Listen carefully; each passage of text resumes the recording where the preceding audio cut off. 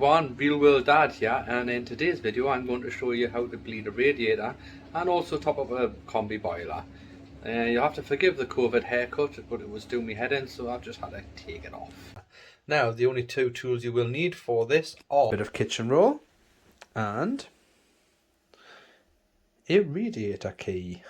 So first off, you need to find the side of the radiator with the bleed nipple on. So one side may look like that.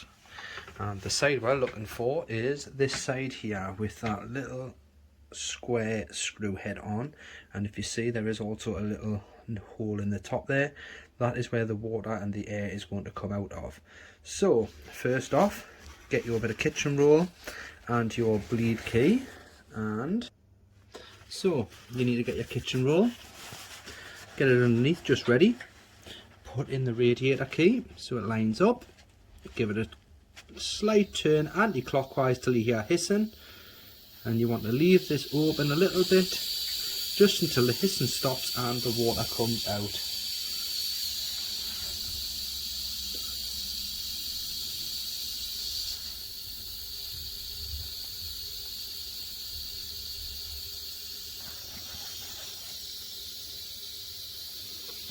Obviously this one's got quite a bit of air in this one, so this radiator actually only heats up to about halfway, and then obviously it doesn't heat up anymore, which is clearly because it has air in the system. So what I'm doing here is I am getting the air out of the system, and then it is just going to have water up to the top, so therefore the radiator will heat up to full temperature. Now as you can hear, the air is slowing right down and there comes our water, so just let that run for a few more seconds until there's no more bubbles, and lock that off. So turn it clockwise to lock that off, dry around the valve, and that is the radiator hot all the way up to the very top. Now what you do need to do next is then go to your boiler, and mine is in the loft, so if you give me a couple of minutes I will get up there and be back in 5. Right everyone, so now I'm back up in the loft now, and I am going to open the boiler and check the pressure. You can see there it is on 0. So now what I'm going to do is I'm going to top up the boiler. So if I can just get you to see underneath, you will have,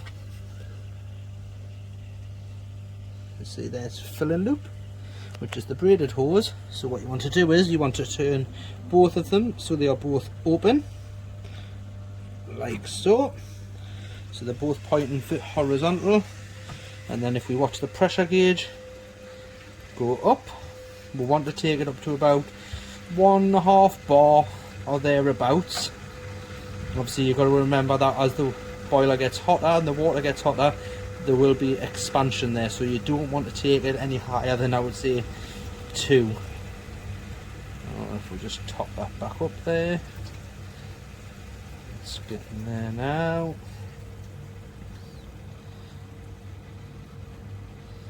And then once it gets to 1.5 bar, we just need to go back underneath the boiler and turn off both of those valves. So we will do that like so, turn it half a turn,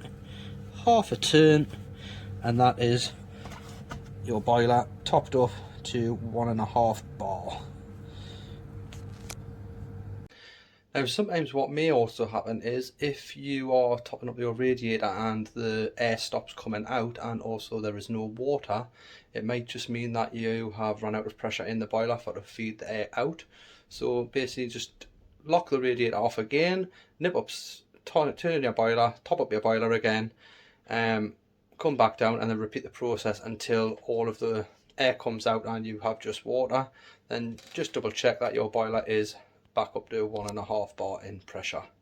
What you can then do is you can go around each individual radiator in the house and do exactly the same thing, just repeat the process, but just keep remembering that if you haven't got the pressure in the boiler, it ain't going to push the air up, so therefore you may have to do a couple of trips to your boiler just to top it back up and keep that air getting pushed through.